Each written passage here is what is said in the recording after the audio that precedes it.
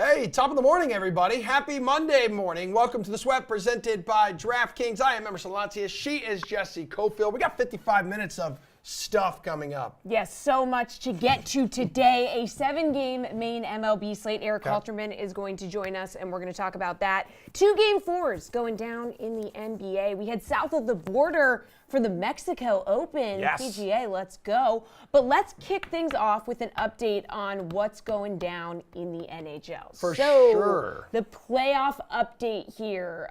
Craziness, right? A lot of games coming down to the wire.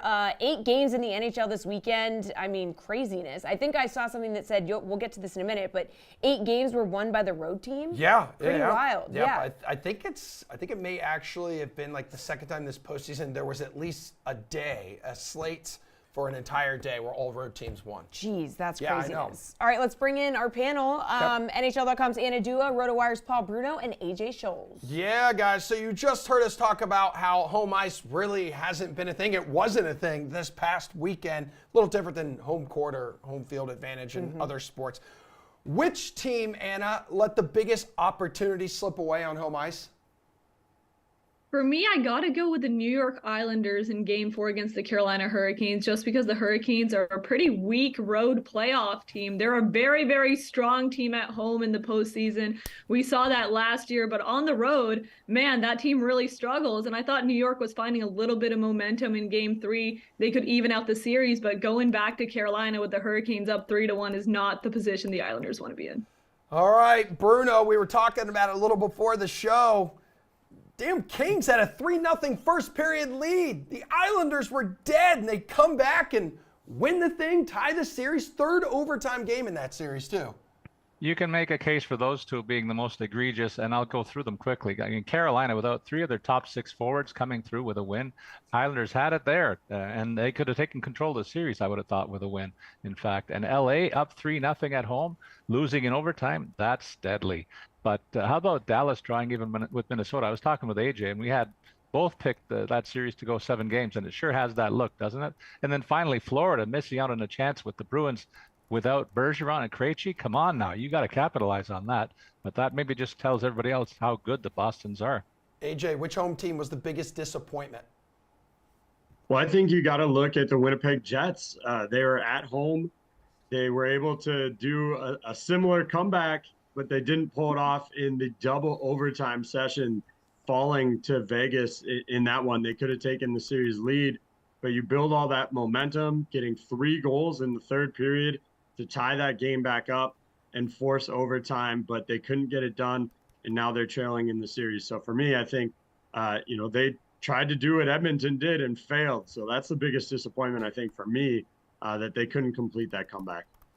Guys, 4 more Game 4s tonight. Each series sits at 2-1. Let's get your top DFS plays on this slate, starting with your favorite center, Paul. You could go with Austin Matthews here. And, I mean, that fight that he got in with Steven Stamkos, that was his first fight, the first time in NHL history 2 60-goal players had ever fought each other. Ooh, I love that. Isn't that crazy?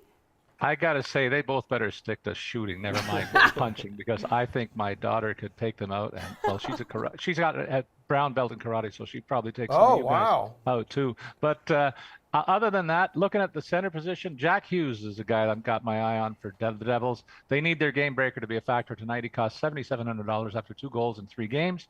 But look at the Leafs centers, Tavares and O'Reilly, if you're looking at the Toronto squad. Don't forget these guys. They've each got 5 points over the first 3 games. And I mean, John Cooper, the Tampa coach, said he'd take his 3 centers over Toronto's. So far, the tally's 15 points to 5 for my guys over his. How about that? I'll take that.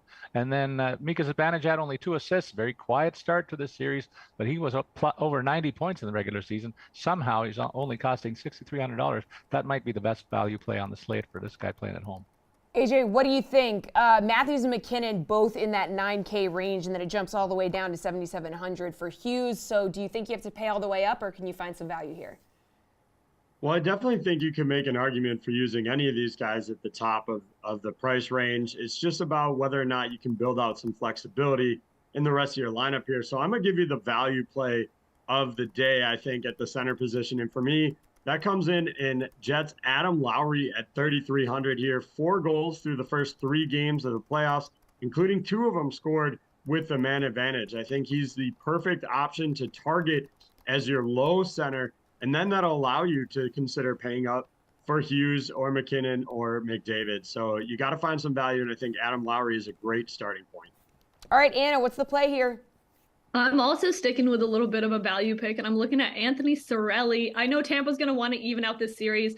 That game 3 really could have gone either way for either the Leafs or the Lightning, and I know Tampa's going to want to get one back right now, and Cirelli's at 3,700, has 3 points in the series, goals in 2 of those games. Last year, he had 3 goals in 23 postseason games. He already has 2, so riding a bit of momentum. Braden Point's a game-time decision for the Lightning tonight, so maybe a little bit of extra pressure on Cirelli, and I like that second line he's on with Killorn and Brandon Hagel. All right, AJ, I need you to take us to the wings and things department here. Who are you going to put in your lineup? Couple dudes north of 7K. Spend up spot, you tell me. No, again, I'm going to go further down here, and I think Chris Kreider remains woefully underpriced at 5,600 here. He's currently tied with Leon Draisaitl for the playoff lead in goals, significantly cheaper, obviously.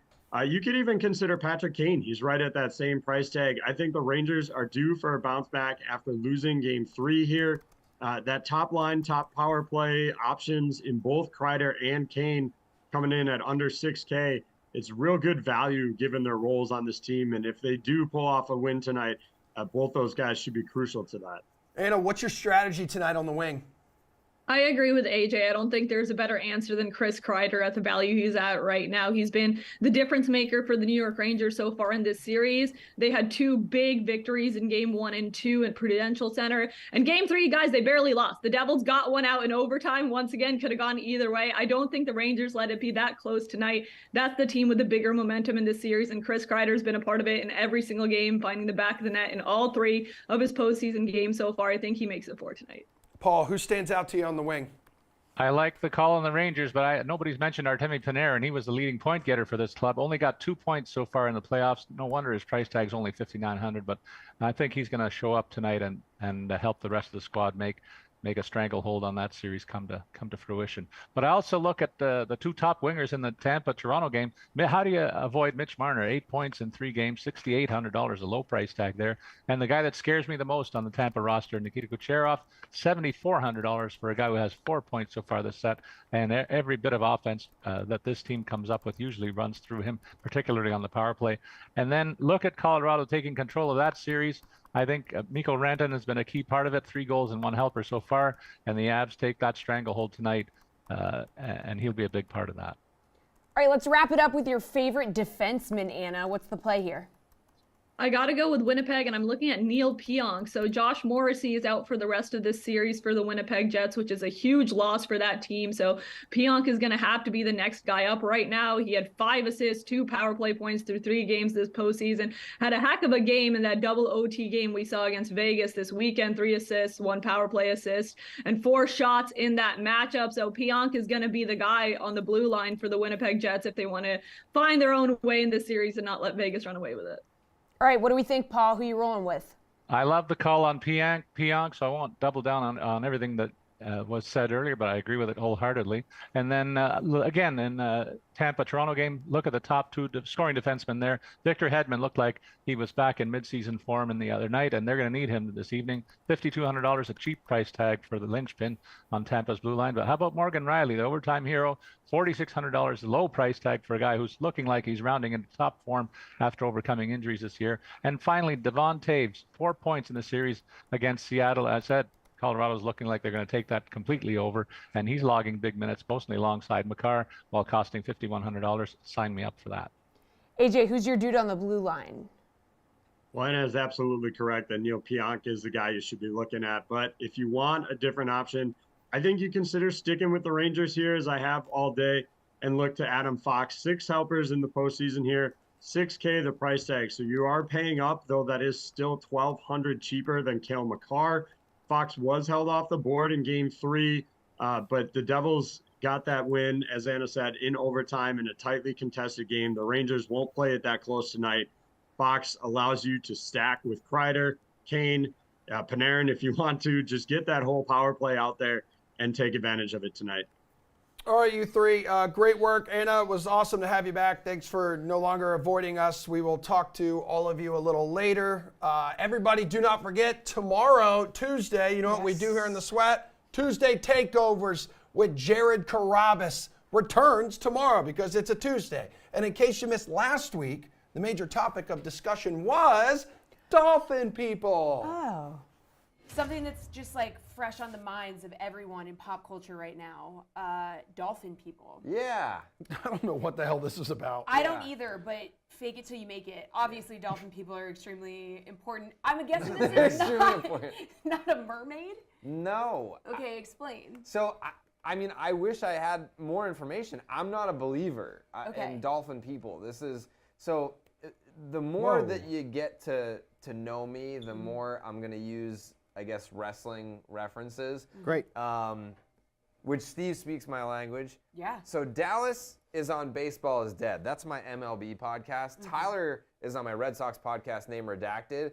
And so it's kind of like having two split characters. Like who I am on Name Redacted. There, thank you. Who I am on Name Redacted is not always who I am on Baseball is Dead. Is that right?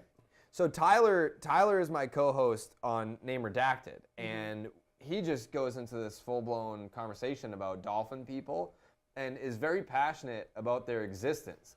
And Coley, this is like the meme where there's all like the sticky notes. Yeah. Try and follow this. So Coley used to be on my old podcast, Section 10. Remember that? Yep. Yeah. So he joined us on the latter end of this, and Coley believes in dolphin people as well and thinks that they're a higher form of intelligence and that dolphins' brains work at a higher frequency than humans. So eventually we're going to be taken over by the dolphin people, to which I said, we're almost at a point now where AI, artificial intelligence, that is going to be the downfall of human, yes, not the dolphin people. I think AI is going to overtake the dolphin people.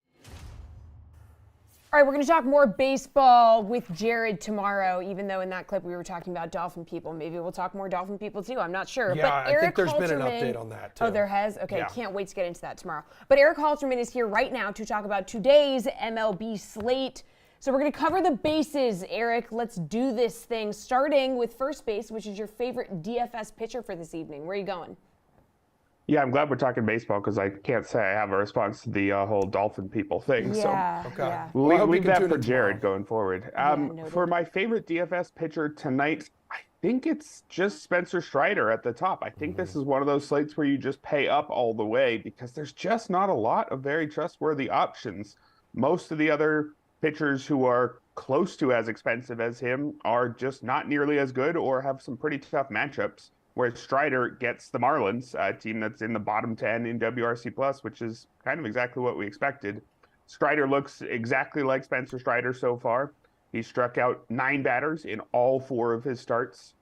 Doesn't go particularly deep into the game. 2 starts where he's gone 5 innings, 2 starts where he's gone 6, but he'll go long enough to get a win here, and I think he should have probably exactly 9 strikeouts to go with it, I guess. So, Eric, it sounds like today's slate a little unappealing with some mediocre pitching options based off your answer there. Second base, then, favorite top price DFS hitter. Much better options here. Yeah, and I think the best option is Mike Trout. Let's just go pretty straightforward. Go with the best player of the last 8 to 10 years. 5,900 versus Ken Waldichuk. I think the other elite hitters are facing better pitchers than Ken Waldichuk. I think that's probably true of most hitters on this slate. Waldichuk has a 7.65 ERA so far this year with peripherals that aren't quite that bad, but they're not good. He's not striking guys out. He's walking too many guys, and he's not keeping the ball on the ground. Mike Trout, on the other hand, looks exactly like Mike Trout, hitting 329, 440, 632 with 5 homers through 20 games. Strikeout rate is a bit up, 26.4%. He's been striking out a little bit more in this stage of his career, but still hitting the ball incredibly hard, just shy of a 60% hard hit rate. No worries about him being Mike Trout tonight. I think the only question is, do you also pay up for Shohei Ohtani alongside him, despite the fact that Ohtani will be at the platoon disadvantage against Waldichuk? I think that's the tougher question than including Trout himself. All right, Eric, what about your favorite DFS value play? Yeah, let's go down very near the bottom at 2,300, Mike Brosseau. He is a basically a backup infielder for the Brewers, but he starts against righties. Not only does he start, starts against lefties. And not only does he start, he leads off, and he'll be facing Matthew Boyd and the Tigers today. Mike Brasseur is not a guy that people talk about very often, but for his career, he has hit lefties quite well. An 809 OPS against them, just a 681 OPS against righties, which is why he never really gets a full-time role, and which is why you can find him for 2,300. But I'll take a guy who is very competent against lefties, who's going to lead off against Matt Boyd, who's got a 4.50 ERA this year. And some of the peripherals could be even worse, which is too bad. I thought it was interesting to see what he was going to do going back to a starting role back in Detroit, a place where he had some interesting seasons a few years ago, but it's not looking great so far. I'd love to get some cheap Brewers against him. All right, E, let's go home now. Best bet on the DK Sportsbook. Where are you looking? So there's one that interests me the most is Astros plus 135 at Rays. Now, the Rays have gotten off to an amazing start, and even if some of that was schedule fueled, they are for real. They're a very good team. They should be up there near the top at the end of the season. But I'm not sure they're, definitely a tier above last year's World Series winners. I don't know if the Astros should be plus 135 against too many teams. The pitching matchup here, Jose Urquidy versus Taj Bradley. Taj Bradley has made 2 starts for the Rays, and they've been excellent. Nothing against him this year or in the future. Jose Urquidy, on the other hand, still doing his thing, not striking out a ton of guys, but not giving up a ton of runs, just a 3.66 ERA so far this year. I like Bradley more than Urquidy. He's more exciting, and the Rays are off to a better start. But if you're giving me the defending champions at plus 135, I think this should be a lot more close to a 50-50 toss-up. I'd like the Astros, even if it was, say, plus 115 or so, I think. While Houston has won 4 straight games in its last 2 series, Rays have yet to lose at home this season, 13-0 at the Trop. Probably not going to go 81-0, though. No, there's a possibility. They're on pace for it. Yeah, true. Okay, Eric, so we have time for extra bases here. So let's go with your favorite player prop today. I'm seeing one right here. You can go Lance Lynn under 5.5 strikeouts, taking on the Blue Jays in Toronto. You could go for that one. That one's interesting. The ones that are interesting me most, though, are some pitcher win props. I think if you wanted to take the other side in that Rays game, I wouldn't take the Rays as the favorites. I'd take Taj Bradley to get a win, because I think if they do win, it's because he throws 5 or 6 strong innings. That's plus 180. Some other pitcher wins I like. Nick Lodolo plus 205 to get a win versus the Rangers, whereas the Reds are just minus 105 on the money line. So I think if you like the Reds there, bet on Nick Lodolo again to throw 5 or 6 strong innings. He's got a 4.98 ERA to start the season, but the ERA estimator is much better, 3.30 SIERA. He looks like he's going to be just fine. I think that's a good way to bet on the Reds, much better than a minus 105 money line.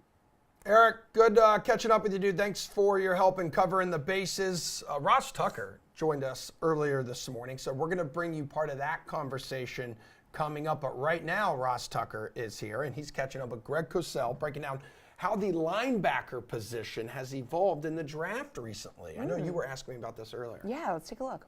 It's amazing that there's a linebacker that's 6'5", 250. I remember a few years ago at the draft, I guess it's 5 years ago now, seeing Leighton Vander Esch and Tremaine Edmonds. And Greg, I couldn't believe it. They were taller than me.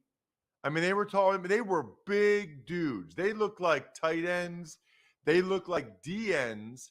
And they were off the ball backers. That's Jack Campbell. Now, you know I do a college game every week. Greg, most of these linebackers now in college football are like 6'1", 220. Maybe 6 foot 215. A big one's like 6'2", 230. So it feels like 6'5", 250 is like an outlier now at linebacker. Well, and that's why Trenton Simpson, who you mentioned, is a very intriguing prospect. No, he's 6'2", 235. But you're dealing with an athlete. I mean, this guy ran a 4.43. I mean, this guy has ridiculous athletic testing numbers. He played multiple spots for Clemson, but I think he's going to start as a stacked backer. That's what he ultimately is in the NFL. So you're dealing now with a guy that has high-level athletic traits. That's ultimately where I think people see the league going and what they want in their linebackers. So he's got that desirable size, speed, athleticism profile that could result in a first-round selection. We'll see how it plays out on draft night. But, he's got the kind of traits that people look at in today's NFL with the more three wide receiver offenses. And I don't want to say spread like it's college football, but, the idea that you have to defend the pass before you have to defend the run in the minds of many. So someone like Simpson certainly fits that.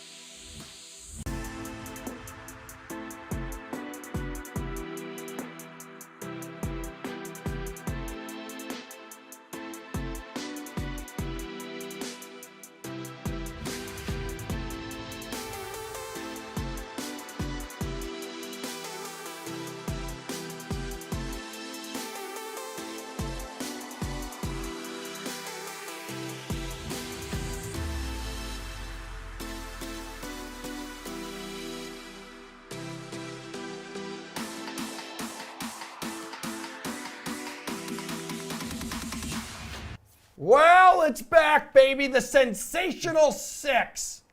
So DK Live and DraftKings Nation here, coming up with the 6-leg parlay.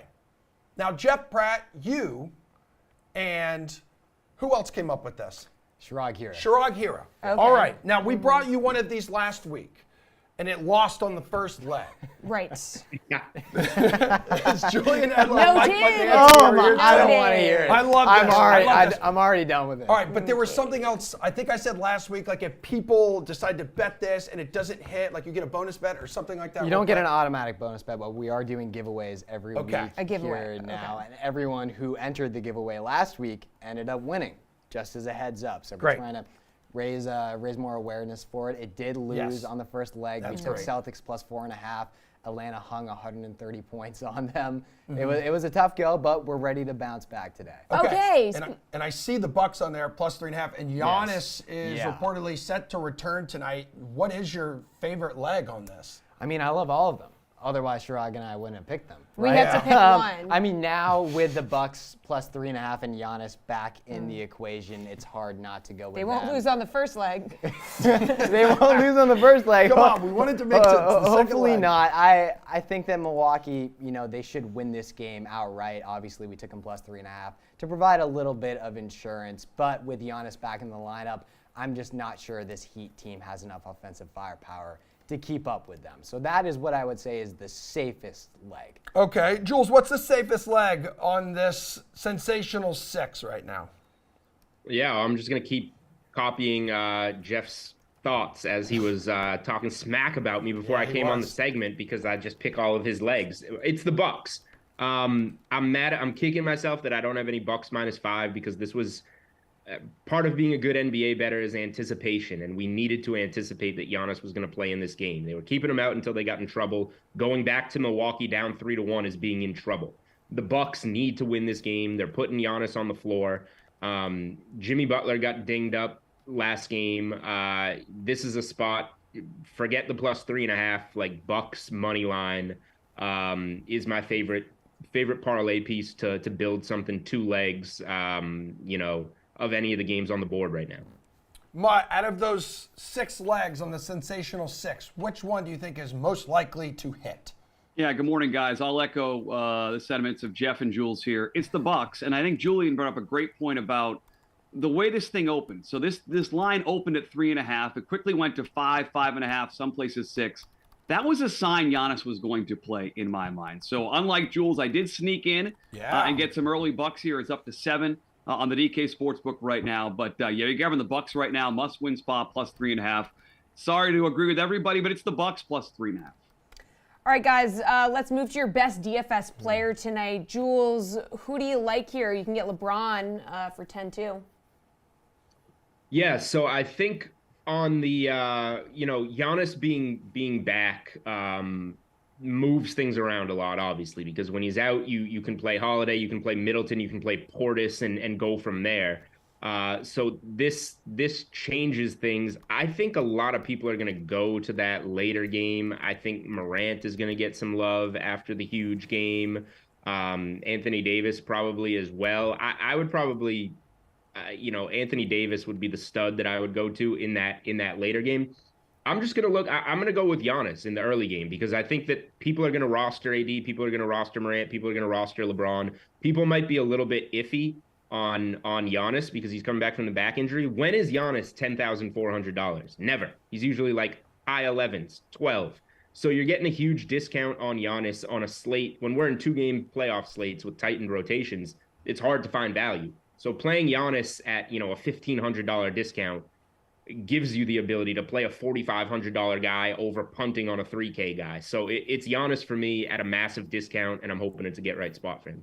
But what do you think? Do you like Jules' strategy here?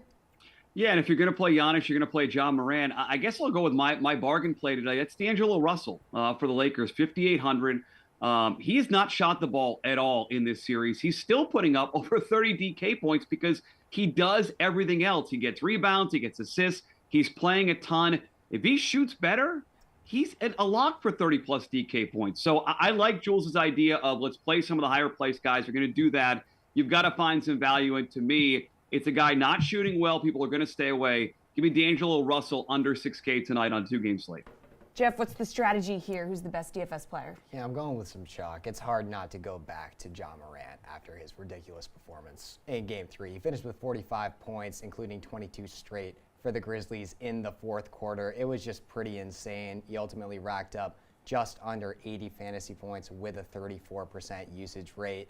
I'm hesitant to throw the term must-win situation around. I know we were talking about that with Milwaukee in this game because technically Memphis could come back down 3-1 if they drop this one. But we know they really, really want this game. And I would expect them to come out, be more aggressive. I hope that they're going to score more than 9 points in the first quarter this time around. Yeah, if that's going to happen, they're going to need to get Ja going early and often. So you take all of that into consideration along with the fact that Ja is cheaper than Giannis, LeBron, and AD. And I think he is the top DFS option tonight, even though he is going to be very, very popular, as both of these guys have alluded to. Yeah, Mutt, his points prop on the DK Sportsbook, 28.5. Grizz down 1-2 in this series. If they want to win this matchup, they got to show up in LA. What's your favorite player prop tonight?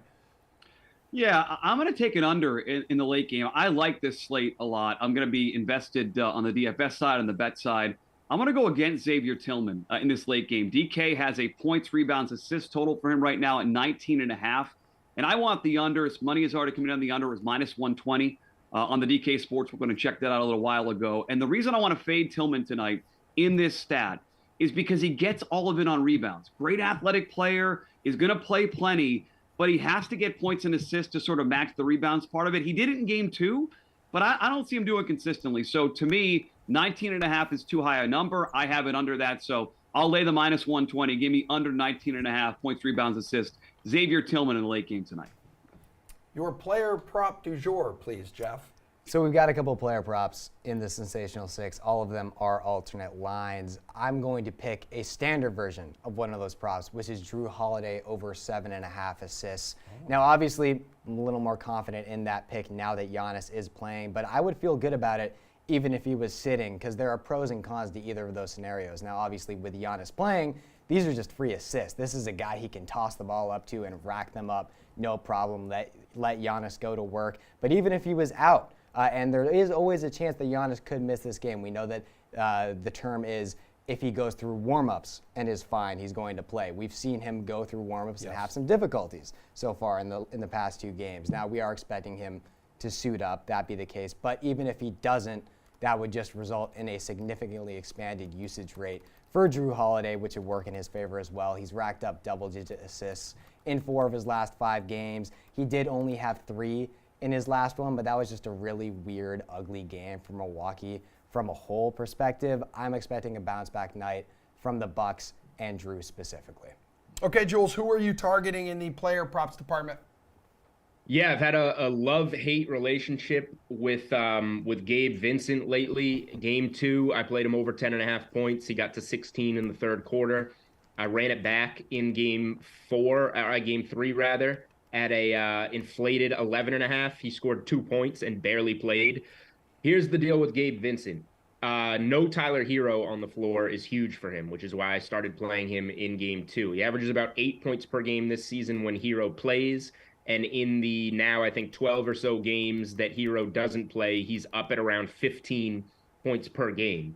Now, he got there in game 2. He fell short in game 3. But part of the reason is a lot of those minutes went to Victor Oladipo, who was out of the rotation, came back into the playoff rotation. Well, now, unfortunately for Oladipo, it's another serious season-ending leg injury for him. More minutes, more Gabe Vincent once again. He's coming off the down 2-point game. Miami's running out of guys without Hero and Oladipo here, and Vincent's a guy that's starting for them right now. So I think that he should be in the 30s for minutes. The shots will be there. Give me Gabe Vincent over 11.5 points. All right, Jeff, what's your favorite game bet tonight? Bucks 7-point favorites now, and then Lakers -4.5. I alluded to this earlier. I'll keep it really quick. I'm just going with the Bucks to cover. I mean, we saw this team blow out the Heat without Giannis in game 2. I feel like the situation is somewhat similar in terms of the sense of urgency there. And then obviously getting potentially the best player in the NBA back helps. The Heat have already exceeded expectations for everyone heading into this series. They've won 2 games. I just don't think they have the necessary firepower without Tyler Hero to keep pace with Milwaukee. This could be a 20-point blowout. All right, Jules, what do you think? Best game bet tonight? I'm going to play the Bucks, and I'm going to play them in a different way. This actually, as we've been doing this segment, moved from -110 to -135 on DK Sportsbook. It's one of these double results that I love. The Bucks to win game 4 and the Bucks to win the series. -110 would have been spectacular, but -135 is playable. It more than cuts the money line in half tonight. And if this is 2-2 going back to Milwaukee with Giannis in there, you are now riding the Bucks -135 in a best-of-3 series with home court.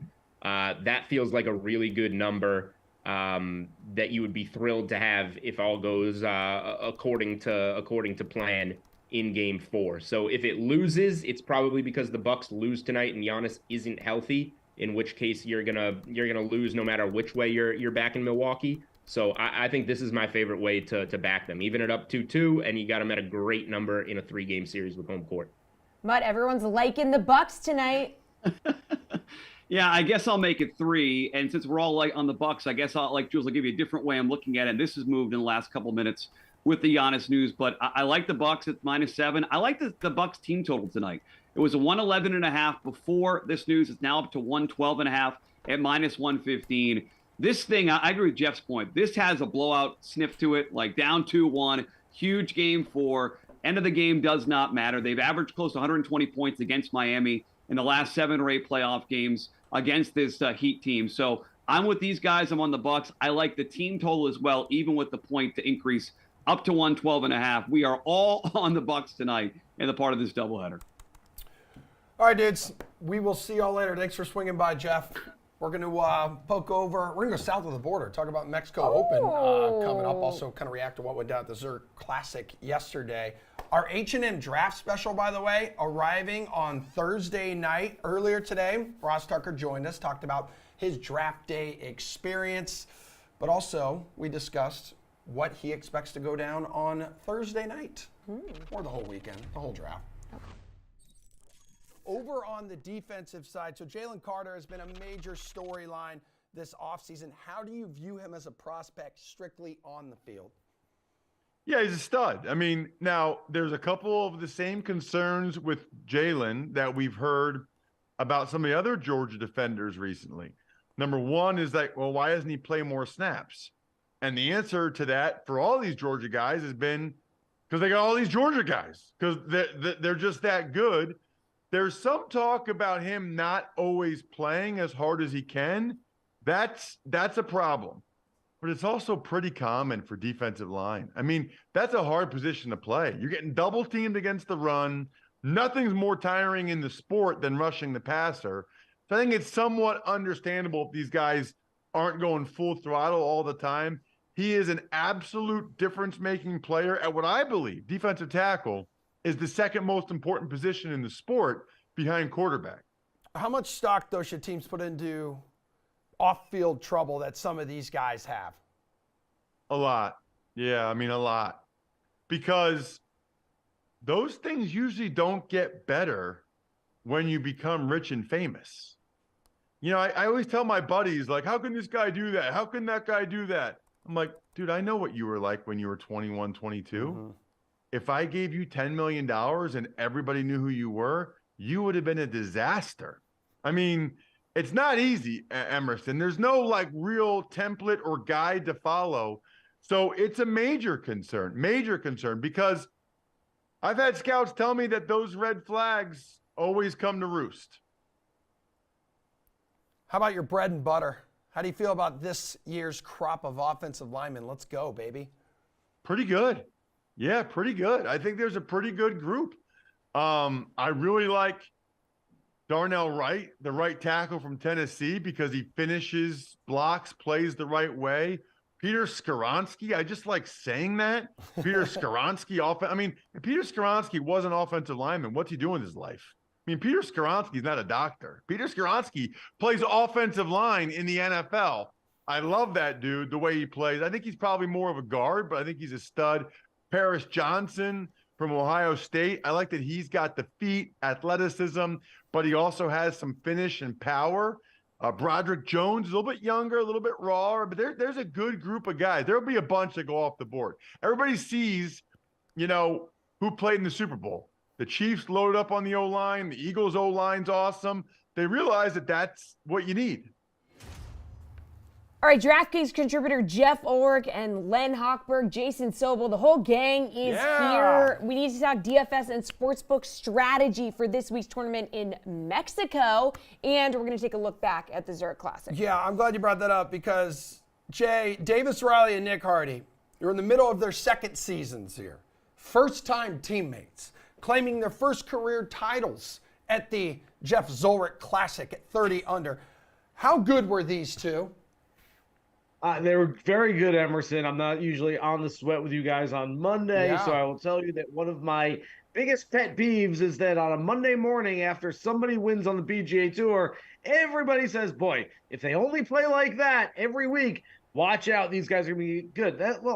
Only Tiger Woods did that. Nobody plays the same way every single week. That said, so I wanted that as my preamble there because Davis Riley and Nick Hardy are a couple of guys that we're going to be hearing a lot about over the next handful of years, a couple of very talented ball strikers. We have not seen the last of either of them in the winner's circle. We will see them at some point, maybe not right away, especially since they both withdrew already this week from the Mexico Open, but at some point in the not too distant future, we'll see each of them in the winner's circle at an individual PGA Tour event. And then I read, Jay, that Riley wasn't even supposed to play in this event, right? Like after he teamed up with Will Zalatoris, got injured in 2022, then wanted to go link up with his former collegiate teammate, Thomas Dietrich, and then Dietrich ended up going with Perez. Yeah, exactly. So they wound up, look, these guys are old friends. They wound up playing together. I said it last week here on the show. I said it throughout my coverage last week that I was looking at strokes gained camaraderie. I didn't know about that one. I didn't know they were such good friends, but you could tell just by watching them, they had strokes gained camaraderie. Not that other teams didn't have some good friendships working, some good partnerships, but it really seemed like they were enjoying themselves out there too. Jeff, the 20th and 21st time we've seen first-time winners at the Zurich Classic. What is it about this place that produces breakthrough victories? All the good players skip it. Okay. Hey.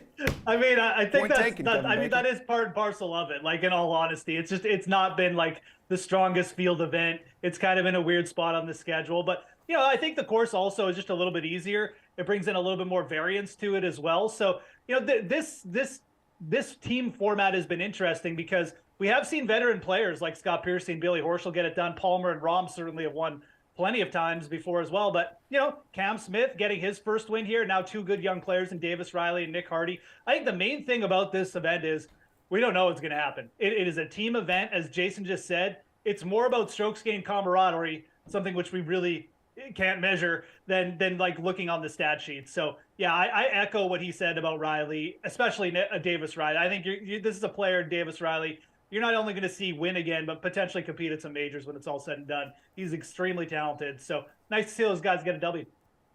Len, you agree with that? How soon do you expect these dudes to be back in the winner's circle? Yeah, Davis Riley had come close before. Last year at the Valspar, he got into a playoff with Sam Burns, and he lost the playoff, but he had a number of top 5s in a row toward the beginning of 2022, the first half of 2022. Inexplicably, his game fell off the rest of 2022, but he seems to be resurfacing again. These guys were just incredible ball strikers, top 25, both of them, in strokes gained approach, just what you're looking for at a course like this, a format like this. Neither one the greatest putter, but they were hitting it so close that even they could make those putts, except for that 33-footer by Riley on 17, which was the dagger. All right, well, Cantlay and Xander entered the weekend in a good spot, just not good enough on Saturday and Sunday. Sungjae and Mitchell, Clark and Hosler, both in position to win after Saturday. So which pairing do you think was the most disappointing, Jeff? I mean, for me, it was Sungjae and Mitchell. You have two, these are players who have won on the PGA Tour. They're in the final group.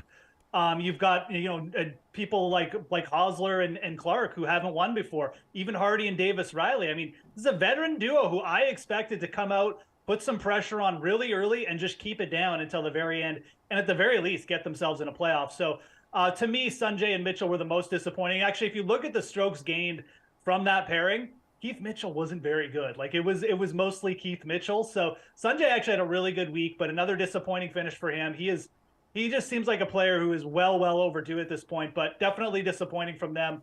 Clark and Hosler, they gave it a really good go, but again, still 2 players searching for their first win. I wasn't that shocked. Len, do you agree? I do and I don't. They were certainly in position to win, and they won the strokes gained social media stars this week. Who knew Sungjae Im was such a colorful guy, but maybe Keith Mitchell brought it out of him. But look, Riley and Hardy shot 65. Hadwin and Taylor shot 63. These guys went out there and they took it. It's not like, Im and Mitchell blew up with a terrible round. So I'm not too hard on them for not getting it done. The other 2 pairings that finished first and second really played some good golf. Jason, what do you think? Which pairing was the most disappointing? Well, I'm surprised that my cohorts here didn't mention it was Cantlay and Xander Schauffele. These guys were the favorites going into the week. Your traders had them at sub plus 300. I mean, these guys were a big-time short favorite going into the week. They made 3 bogeys in the opening 4-ball session, which is just inconceivable for 2 of the top 10 players in the world. And they were playing catch-up really throughout the entire week. They got close. Maybe if this was a 90-hole event instead of a 72-hole event, they might have gotten there on the final day. But for me, they were the biggest disappointment considering they were the biggest favorite coming in. And they both definitely will be kicking themselves for not kickstarting their season at this event, as they both did last year. Len, let's look ahead to this week's Mexico Open. So while there may be an overall lack of talent, it is worth noting that the world's best golfer, Jon Rahm, is set to compete. So maybe he dominates, maybe the lack of top-end depth opens the door for some lesser-known competitors. Who are you leaning towards on? I don't believe the salaries are out yet, no, but not yet. Is there like one of the heavy hitters, again, not many of them, that you'd be leaning towards right now? Yeah, I think we saw last year. The field was a little better last year, not much. We have 3 top 50 golfers in this field, and barely, because Alex Noren is 50th, Tony Finau 16th, and John Rahm first. But there were not many more top 50s last year, and Rahm won it. He averaged 340 off the tee last year. This is a big bomber's paradise, 7,500 yards, par 71. This is not like some other courses in Mexico, which are at elevation where they get a boost. This is at sea level. So I'm looking for some longer hitters. And John Rahm, you have to start with John Rahm and Tony Finau, and they were first and second last year. They are clearly the class of the field. Some other guys, other big hitters, Gary Woodland, still hits the ball a ton, has had some good results recently. Wyndham Clark, we just mentioned him, a disappointing finish last week, but really playing very well this year. And even someone like Luke List, who is not the greatest golfer, but in this field, he's borderline Hall of Fame. So it's the longer hitters definitely have an edge. The strokes gained off the tee numbers last year correlated to the first page of the leaderboard very strongly. All right, Jason, top of the board, John Rahm, plus 275. Then you go to Tony Finau, plus 800. Then Wyndham Clark dropping off, going to plus 1,800. Fool me once, shame on you. Fool me twice, shame on me. I'm not going after the short favorite after we had Xander and Cantlay.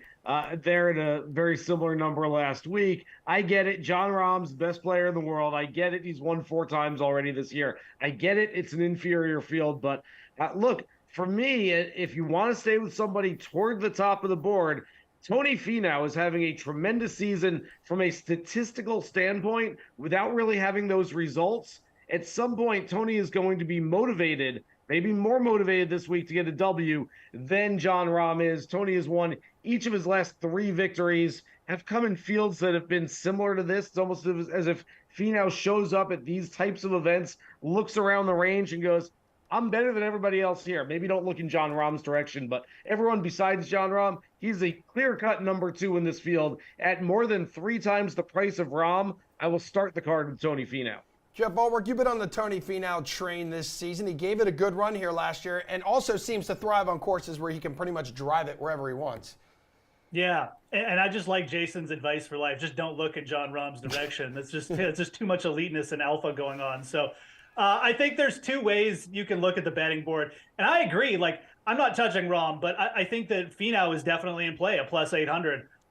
Really good. I think there's good correlation here with TPC Twin Lakes as well, another venue that Finau, like you said, he can just bomb it off the tee, doesn't have to worry about accuracy, and his iron game is basically better than anyone's in the field right now. So going up to the top of the board at Tony Finau plus 800 is fine. But as I usually do, I also like to take the spray and pray approach, which is take 3 or 4 guys in that 20 to 40 to 1 range this week. And I think Nikolai Hogard hits it like 325 average off the tee. He's going to bomb it out here as well. He's going to love this setup.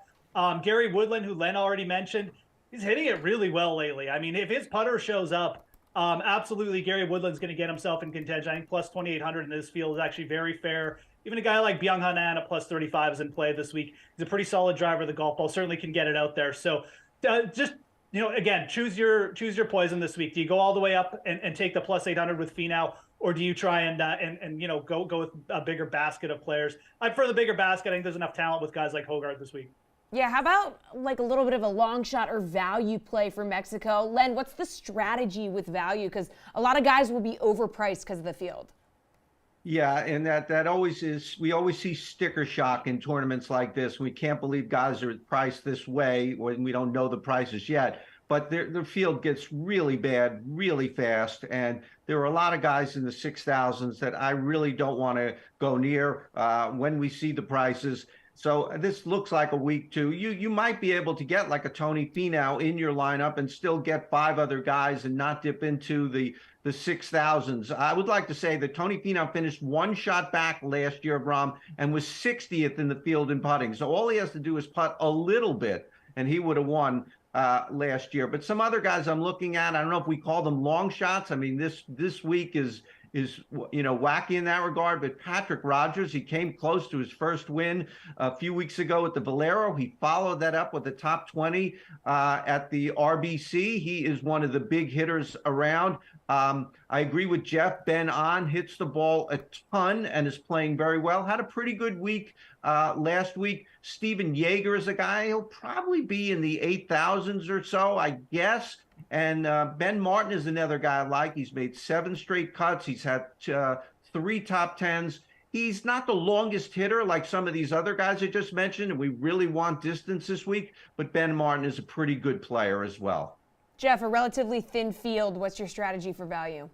Strategy for value is look for guys who can bomb it off the tee and are going to get an advantage this week just from the setup and being able to take drive run almost every hole. I think that you can go down the board, especially when you're looking for top 10, top 20 placings. Akshay Bhatia is at plus 9,000. Absolutely in play. He can really move it. We just saw him almost win at a 7,600-yard course in Corrales. No fear of going to him, especially in DFS. I think he's a great upside play too, but like a top 10 play when those odds come out. Matty Schmidt is another one at plus 13,000. We have seen Matty Schmidt get himself in contention in weaker fields. I believe is the leader in Bermuda after 3 rounds, and then he shot like a final round 77, but he can go low. He's got a ton of distance. He's top 5 in driving distance. If you really want one from the clouds, what about the guy who finished like top 10 last week, and Brandon Matthews, who basically hits it further than anyone on tour? Plus 30,000 on DraftKings? Sure. I mean, why not? Take a little sprinkle. Dude absolutely crushes it. So look for the Bombers for value this week. All right, Jason, is that where you're looking to? Yeah, Jeff just stole all my guys right there. Nice. Look, this guy, we talked about Davis Riley right off the top. If you've been looking around for the last year, you've been finding Davis Riley at some really palatable prices where it seemed like the odds makers didn't quite catch up to what we all know about his future and the fact that he's going to be a very good player. We've seen the same thing with Sahith Theegala, and I think the prices have finally caught up to him. The prices have not yet caught up to Akshay Bhatia. It's as if the odds makers, the traders, don't quite realize just how good this kid is. 21 years old. He had 2 top 10 finishes in the Bahamas earlier this year, had a second place finish and got his PGA Tour card at the Puerto Rico Open. Coastal resort courses seem to suit him really well. We've seen that be a correlation over the years for guys like Victor Hovland, who's played well at the same type of golf courses all the time. I think Bhatia at 90-1 right now is a really nice play. And then, like Len said, going after the big hitters. Like Jeff said, trying to find guys with some ceiling. I love his thought on Brandon Matthews, and I'll throw one more name at you, that a guy that won Puerto Rico 4 years ago and then went downhill. But Martin Traynor is starting to play some good golf as well. Again, if we're taking a guy like Finau near the top of the board, we're not really sprinkling around in that 20 to 40-1 range. We're looking further down to get a couple more outrights. Traynor at 180-1, Matthews at 300-1. Those are some nice complementary value plays to a guy near the top. Gentlemen, we appreciate it. Jeff, we're going to spare you the breakdown of your bet slip from the Zurich Classic. Things got a little too crazy there, but we'll have you build one for us for the Mexico Open later this week, and then we'll break it down next week. Yeah, we're going to give you a pass on that one, buddy. All right, that's a show, everyone. We will see everyone back here tomorrow, Tuesday Takeover with Jared Carabas, 11 o'clock Eastern Time. We will see you then.